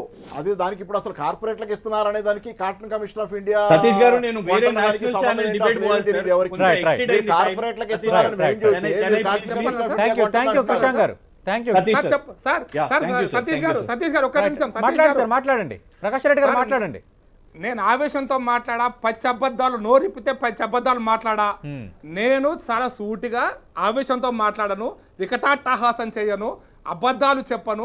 కానీ మన ముఖ్యమంత్రి గారు శ్రీలంకతో పోల్చి జీడిపి ఎక్కువ ఉందని చెప్పినటువంటి పచ్చి అబద్ధాన్ని తెలంగాణ ప్రజలు వింటున్నారు. నెంబర్ 1, పెట్రోల్ మీద డీజిల్ మీద 4% పెంచినారంటే 50 రూపాయలప్పుడు 4% అంటే 2 రూపాయలు, 100 రూపాయలప్పుడు 4% అంటే 4 రూపాయలు అయితే సార్ పర్సెంటేజ్లకు రూపాయలకు తేడాలు అనుకుంటా చర్చల్లో మాట్లాడుతున్నప్పుడు, లేదా ఇంతకుముందు పాపారావు గారు అంటారు కాటన్ తెలంగాణలో నీళ్లు ఇస్తేనే ఒడ్లు పండితేనే రైతులు వలసలాగినే అన్నారు.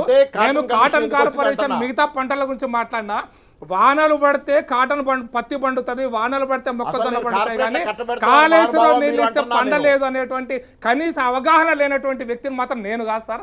నాకు అవకాశం ఉంది, మా ఊర్లో నేను కాటన్ పండిస్తున్నా, అది వర్షం పడితే పండుతుంది.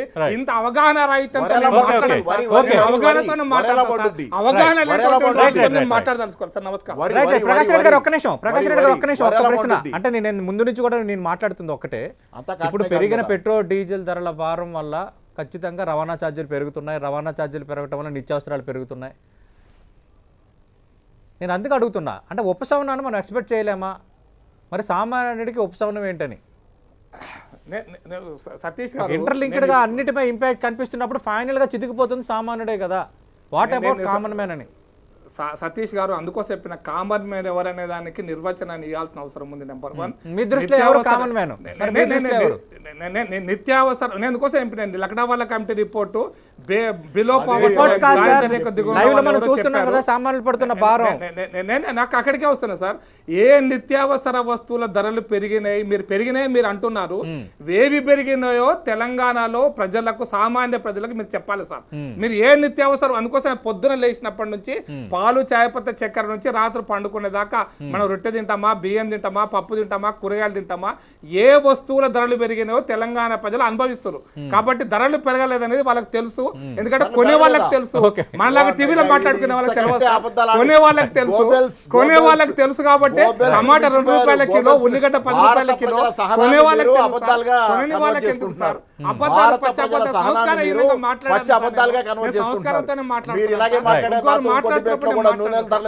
అందరికీ తెలిసి ఏం పెరిగినాయో పోయింది మార్కెట్ లో.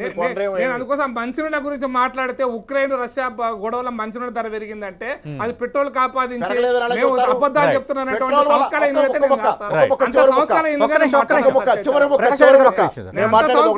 పెట్రోల్ కాపాదించదు అంటున్నారు కదా. ఒక్క నెల కాలంలో, మొన్నటి రోజుకి ఒక్క నెల కాలంలో ఈ పెట్రోల్ డీజిల్ ధరలు పెరగడం వల్ల ట్రక్ ఛార్జీలు 5% పెరిగినాయి. ఆ ట్రక్ ఛార్జీలు 5% వేస్తారు వాళ్ళు భరిస్తారా?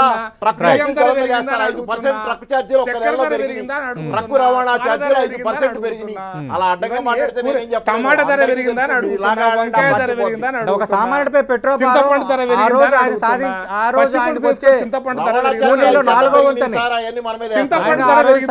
కూలీలో 4వ వంతు పెట్రోల్కే పెడుతున్నాడని. చింతపండు ధర ఎంత ఉందో చెప్పండి సార్. చక్కెర ధర ఎంత ఉంది, కందిపప్పు ఎంత ఉంది, పెసరపప్పు ఎంత ఉంది, ఉల్లిగడ్డ ఎంత ఉంది?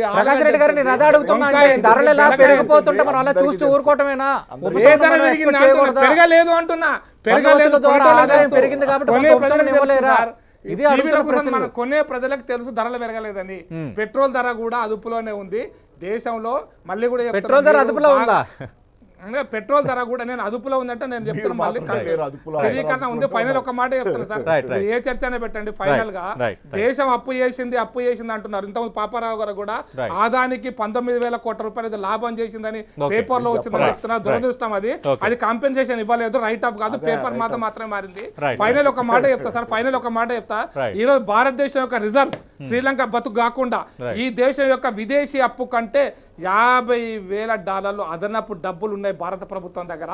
కాబట్టి మనకు సంవత్సరం దాకా కొనుగోలు ప్రాబ్లం లేదు. శ్రీలంక గతి అదే పట్టకుండా తేడా, భారతదేశానికి మీరు తప్పకుండా కొనడానికి భారతదేశానికి డబ్బులు లేవు. మీ గవర్నమెంట్ కొనడానికి డబ్బులు ఉన్నాయి. థ్యాంక్ యూ పాపారావు గారు, థ్యాంక్ యూ కృషాంక్ గారు, ఢిల్లీ నుంచి లైవ్లో పాల్గొన్నారు. ఇది ఈరోజు లంచ్ అవర్ డిబేట్.